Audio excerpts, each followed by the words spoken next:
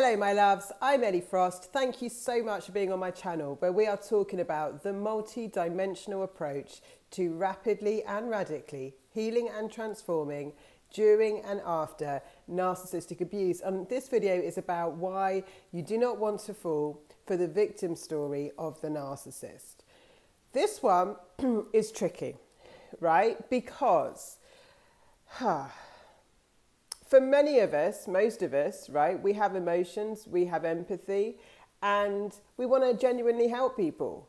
You know, that's just one of the greatest things in life, I believe, is our ability to give, to inspire other people, to help other people, to be useful to the planet. You know, so it's really such a beautiful thing that we want to do that.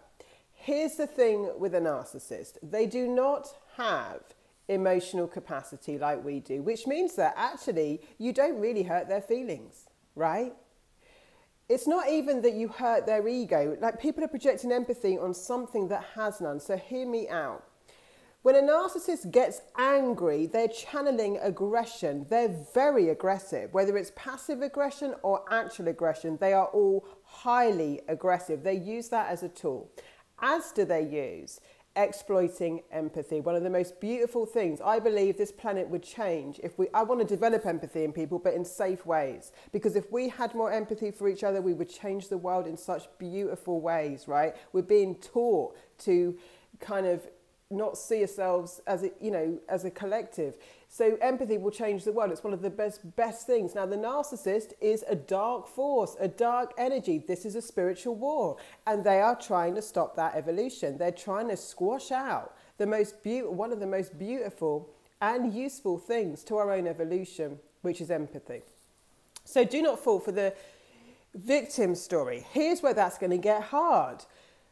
You might not know you're dealing with a narcissist, or you're still in the illusion and you're still infected with the disease, so you want to believe this person has changed, and so therefore when they come with a victim story you think, wow, they've finally seen, you know, the error of their ways. They finally want to make amends. I promise you, the sickest thing about narcissists when they come back is they want to get revenge on you for whatever they think you've done, which is basically nothing objectively wrong.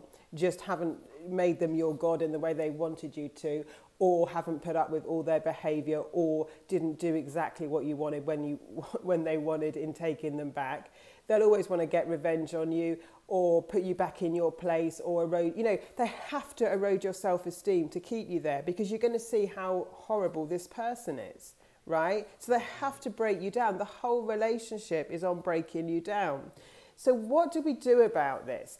The thing with a narcissist, I wrote a post yesterday and I was saying that the reason they're master manipulators isn't necessarily, I mean, they might be very smart, but a lot of them don't have to be very smart. They are way more corrupt than most people are, because they have got no emotional capacity and no empathy. So they can lie to the nth degree. In fact, they're very strategic. Many narcissists will play a very long-term game with you. You'll wonder why. I've seen it with my clients. You know, they will play a very long-term game in the love bomb. They'll get a marriage or something where someone's trapped, and then they'll turn. You know, this is classic narcissists. So sometimes we think, well, because they've tried so hard for something, they really want it. No, it's all a game, and they've got other people they're playing as well. So asking questions intellectually, clever questions, smart questions, may still get you hooked with them, because, you know, they've got an answer for everything a lot of the time, and they will go to the nth degree to lie and come in with some kind of trauma. You see, as soon as they give you their victim story, you're already going into a trauma bond. They're going to tell you something that's disturbing, that will hurt you, right? Even if it's not to do with you, it will be a story that you can relate to. By the way, narcissists are the biggest hypocrites on the planet, which means that they will later shame you, right, for any kind of experience you've had, even if they've done those things themselves or far worse, right? So the whole thing is going to work on fear, shame, guilt, getting you in very low emotional state. So I want you to take a pause and come into your body if you're debating whether to believe this victim story, right? Because the first thing is, am I doing any kind of help, any kind of, am I doing something for this relationship because I feel I'm sort of obliged to? They're making me feel responsible for taking care of them. Am I feeling guilty about it? If it would make me feel guilty not to, actually, that's a red flag.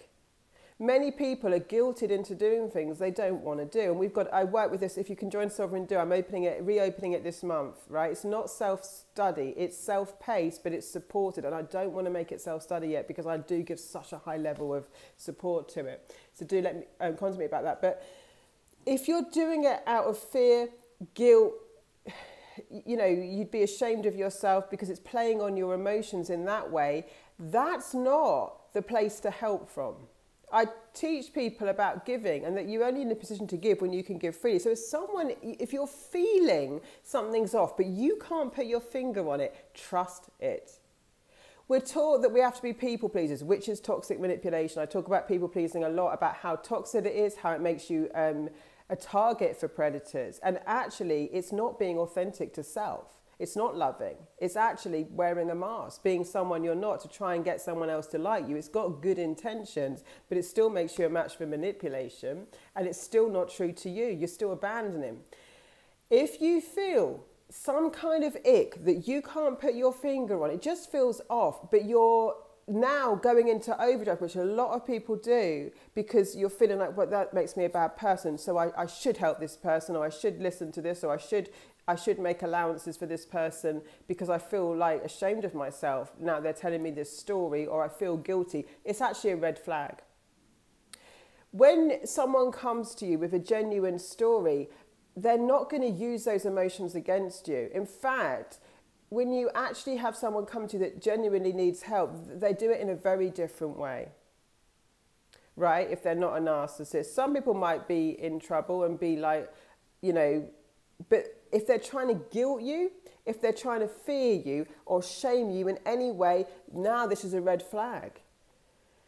Right? With the narcissist, some of the story, they've got sprinklings of truth in their story, but the situation they're in isn't what they say they are. But the victim story is one of their classic ones. It gets us down a rabbit hole of all sorts of problems, right? They will lie to the nth degree. You should have seen it when I discovered that my ex was actually still married. Like how much I felt sorry for him. He was the bully. He was the arsehole, he was the narcissist, but he had me tricked. My third eye, I'm a psychic, my third eye wouldn't work because I was working with logic. I couldn't tune into him. I didn't realise if you can't tune into someone as a psychic, as an intuitive, then they're probably a narcissist because they're soul detached. That's why I couldn't read him. And that's why I haven't been able to read the narcissist in my life. And I did grow up in abusive environment as a child, which means I was used to being shamed all the time. I was used to being, people... I was used to their behaviour, not seeing how absolutely terrible it was. So this guilt story, this victim story is to shame you. It's to guilt you and shame you. What I realised in my relationships was I never wanted to guilt or shame anyone. It's not even our nature. When someone tries to guilt or shame you, they should not be in a relationship with you. It's not healthy. In fact, and again, there's no love on the menu in narcissism. There's no love available. So whatever you're living, there's no love in it. It's the opposite of love. Yeah? You would never guilt and shame someone you loved. Yeah? You might say, if it was a child or whatever, you might give them some guidance as to how they can improve their behaviour. But wanting to humiliate them, shame them, guilt them, live in those heavy emotions, you wouldn't do to someone you truly loved. You might correct behaviour if it's a child, but wanting them to be really ashamed of themselves and hurt and all that stuff, especially for behaviour that doesn't need to be corrected, which is what happens in narcissistic abuse, just for being themselves, right? They're going to shame you for your authentic self, your authentic needs and wants and desires. They're going to shame you for ever looking at them because, you see, the narcissist very rarely Right. The narcissist will get you in such a mental mind trap and emotional chaos that you'll be dealing with your own emotions, questioning, doubting yourself, wondering what's right, what's real, which in the narcissistic abuse, not much of what they tell you is, it's all an illusion, so that you're not really looking at them. But the only time they'll actually pretend to convey something is generally their victim stories. They're a victim of everything. Everything's around them. Everyone's, they know, because they know how to exploit your empathy. If you notice this pattern, right, the best thing, you can notice patterns over time with someone, then this is someone who's exploiting your empathy, right? You should help me because I've been through this. It's harder for me.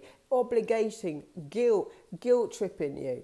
When someone genuinely wants help in a healthy way, they're going to say, look, I really would appreciate, could you help me with this? But you're free not to, With a narcissist, there's a guilt trip. It's playing on your shame. You're doing it for the wrong reasons. If you are moving out of guilt or shame, anything you do from there, it's not a good decision. You're doing it in an energy because it's not the best energy to do anything out of. You've got to regulate really to be healthy and come back to understanding what your motives are. Because if you're being guilted and shamed into something, chances are you're being pushed outside of your will. I'm not talking about healthy guilt and shame, which comes in when we cross ourselves, right?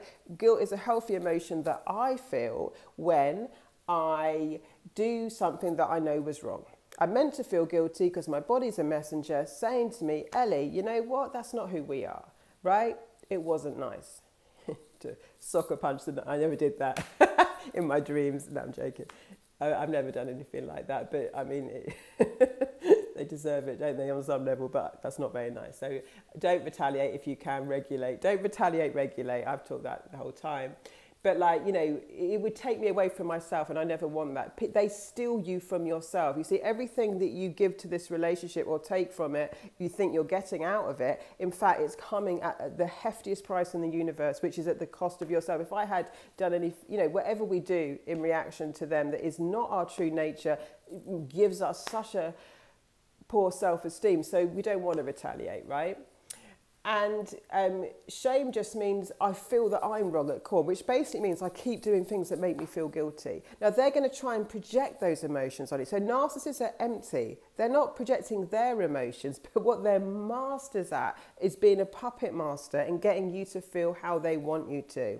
So when you're coming from guilt or shame, something's going wrong in the relationship. When you constantly feel guilted and shamed by them, something's going very wrong. When you're acting out of guilt and shame, that's not what guilt and shame are for. Guilt and shame are emotions we should be feeling healthily when we've done something wrong to start with, not that are being projected on us to try and motivate us to act. There's two very different things coming on. So if you want to join Sovereign for July, you can enroll now. I'm not sure when I'm going to open the first module, probably next week maybe.